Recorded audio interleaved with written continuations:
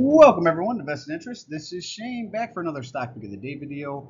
We are going to take a look at UGI Corporation. This is out of the utility sector. Before we get too far into the video, if you could help out the channel by hitting all the buttons down below, hit that thumbs up button down below if you find any value in the content. Make sure you're subscribed. Join us on this journey to financial freedom. Join the Vested Interest community. Hit that subscribe button down below. Hit the notification bell so you're notified whenever I put out any new content. I do this Stock Pick of the Day video series Monday through Thursday when the market's open. We take a look at a company stock that's pulled back on the day, run it through my screener. I also do a portfolio update every Sunday and a couple others.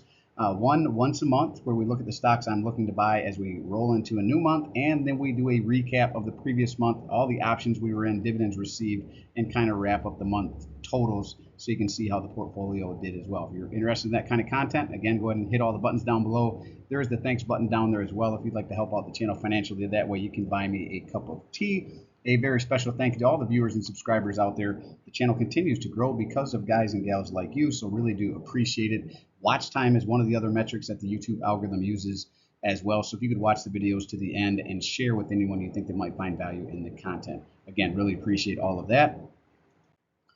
This is the Vested Interest stock screener. This is the criteria we will be running through in the video today. It must meet 5 of 8 to make it on my watch list, and if it does make it on my watch list, that does not necessarily mean I am interested in buying. It just means out of the thousands of stocks out there and the quick review that we're doing here, it is one that I'm interested in doing more of a deep dive into the financials of the company, looking at their balance sheet, their income statement, running it through a discounted cash flow analysis and figure out a range that I'm willing to pay for it, right? And then maybe in the future adding it to the portfolio. It's also a way I check positions that are already in the portfolio and see if they are still maintaining some of this initial criteria that I set up for the screener. And if it doesn't, then maybe I need to do more of a deep dive into that current holding and make sure it still meets the criteria for my investment strategy.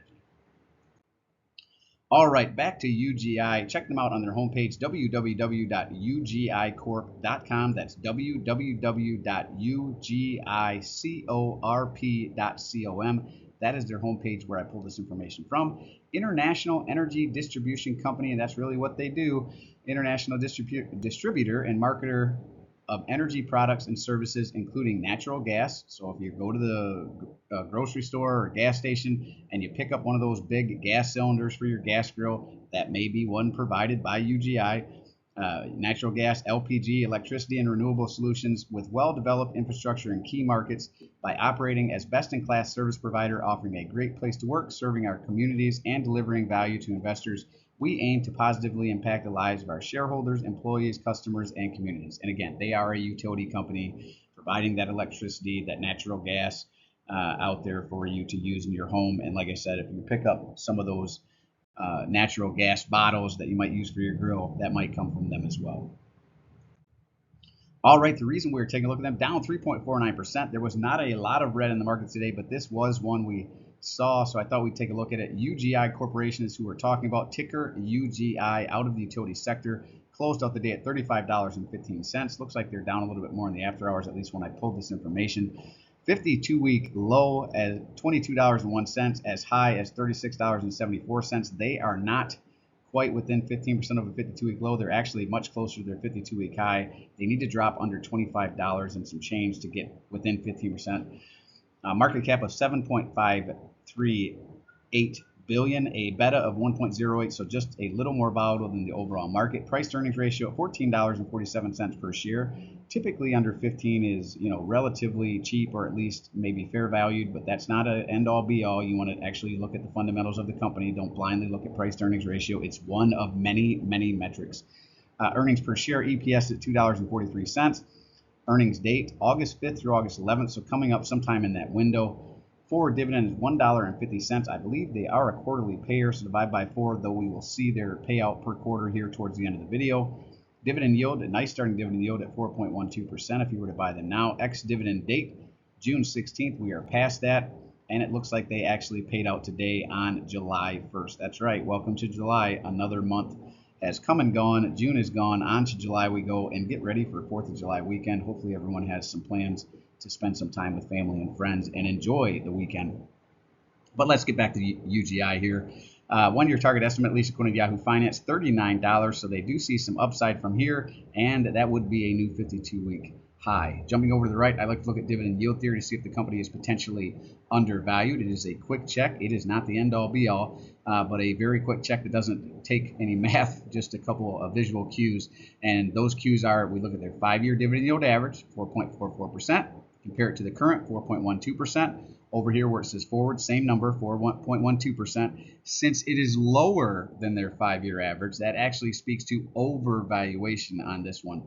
These are inversely correlated. So lower than the 5-year average, overvaluation. If it was higher than the 5-year average, that would speak to over or undervaluation. So right now, according to dividend yield theory, this one is potentially overvalued. Payout ratio is under the 75% that I look for at 61.73. So it does look like they have plenty of room to pay that dividend and even raise it if they wanted to. We'll see if they're doing that towards the end of the video here.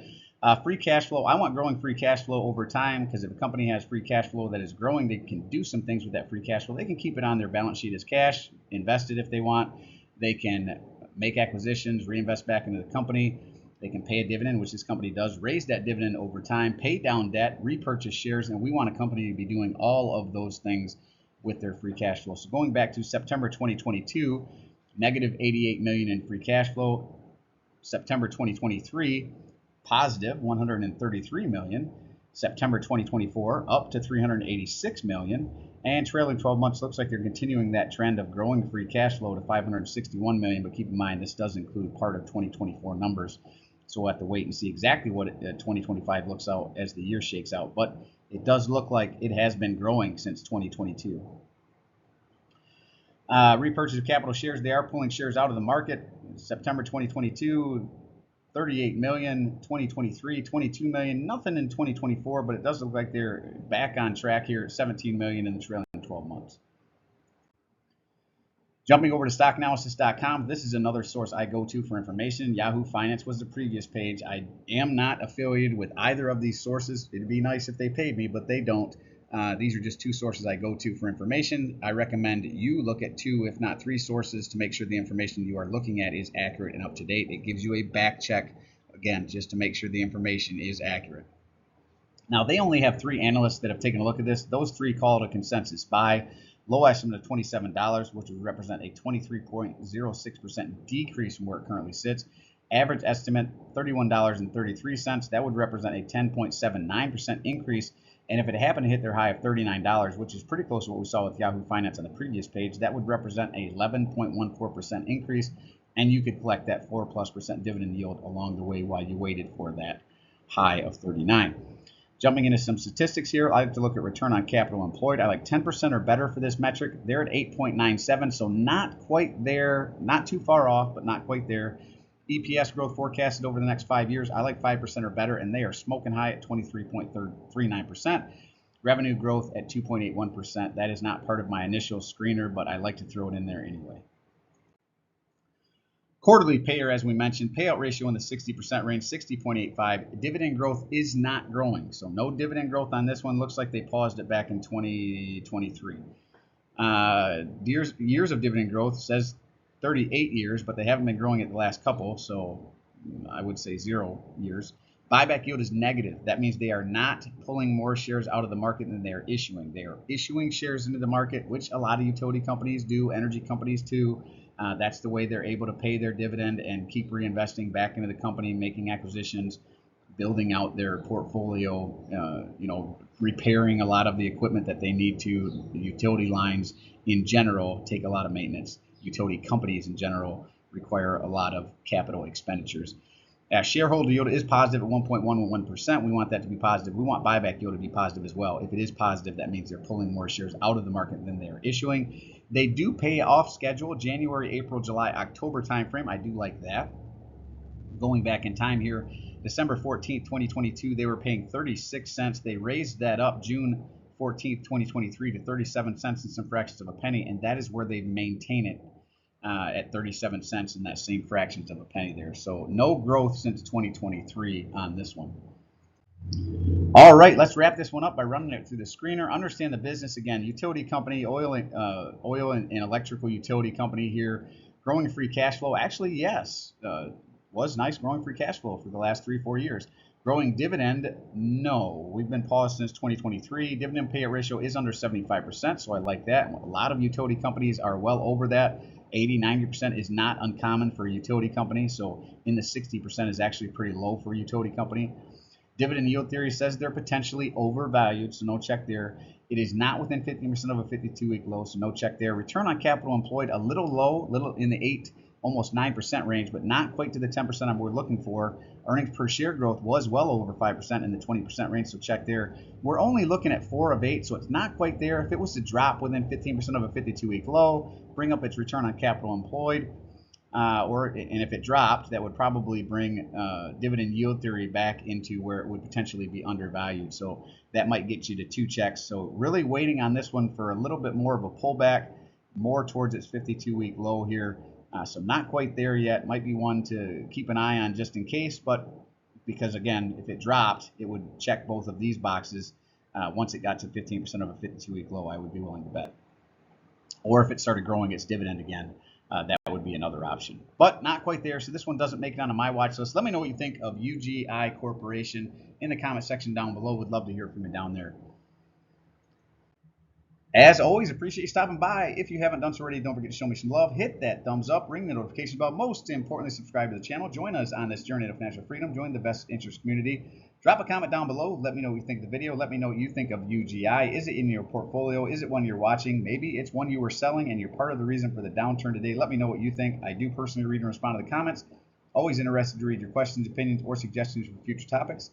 And this is Shane signing off, wishing peace and prosperity to you and yours. And remember, financial security comes to those who take a vested interest. Hey, thanks for stopping by. Thanks for tuning in. I hope you're having a great week, and we will see you in the next one. I'm not a financial advisor. Nothing in this presentation should be considered financial advice. I'm only sharing my opinion and investing journey for educational and entertainment purposes. Investing involves risk and cannabis money. You should never invest any amount you are not comfortable losing. Always do your own research and best based on your situation, circumstances, and select criteria, or seek the advice and counsel of a certified financial advisor. For those of you who made it to the end, thank you for watching to the end. Watch time is one of the metrics that the YouTube algorithm looks at, so I really do appreciate it. Don't forget to hit that subscribe button and all the other buttons down below on your way out.